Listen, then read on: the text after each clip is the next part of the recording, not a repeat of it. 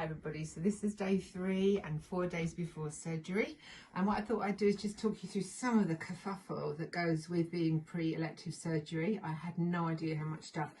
What I'm going to start with is the stuff that the hospital gave me at pre-med or pre-op, and that is this stuff. So you've got the attractive Octinosan that you have to wash with every day, wash your hair with every other day, and then the ointment that you have to stick up your nostrils every morning and every evening. So that started 2 days ago. So that's a lovely little ritual that I've already got in place. Then there's all the stuff that comes with being post-surgery, because being post-surgery, you're not meant to flex beyond 90 degrees or bring your leg forward further than 90 degrees. And because I'm a naturally anteriorly tilted person, my risk of dislocation is higher than others. So I've got to be super, super careful. So that's why we've got the frame.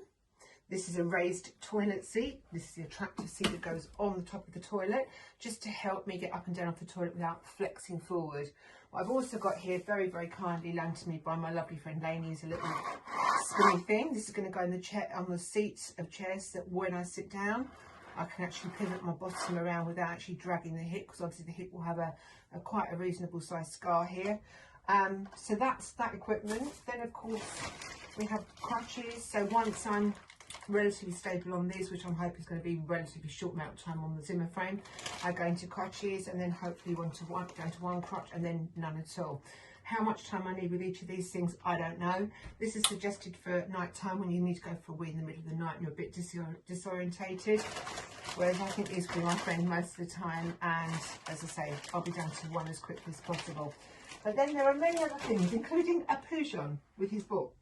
So here we have my hip ice pack. So it's strongly recommended to me that you get a great big ice pack thing that you stick on your bum and put that on there every hour. So we've got that. That's going to be clogging up our freezer quite beautifully.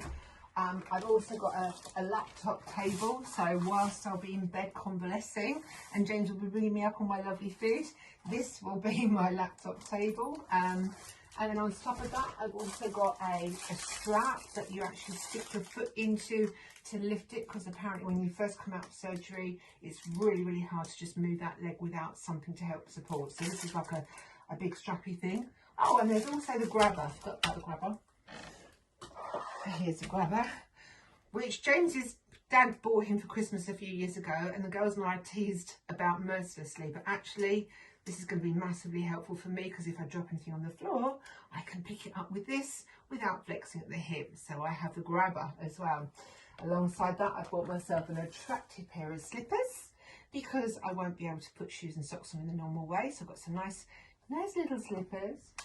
For hospital, I've got a weighted eye mask and some super industrial strength earplugs, so that I can try and get a little bit of sleep. And then over in the corner, a couple of pairs of PJs, because I don't really do that kind of PJ, but they're going to be important. So that's just the stuff I've got in here. I've also got a ream of stuff from the hospital, like paperwork and instructions about what to do before and after. But yeah, so this is all going to clutter up this room. Oh, there's a body pillow. Hang on, wait there. One other thing.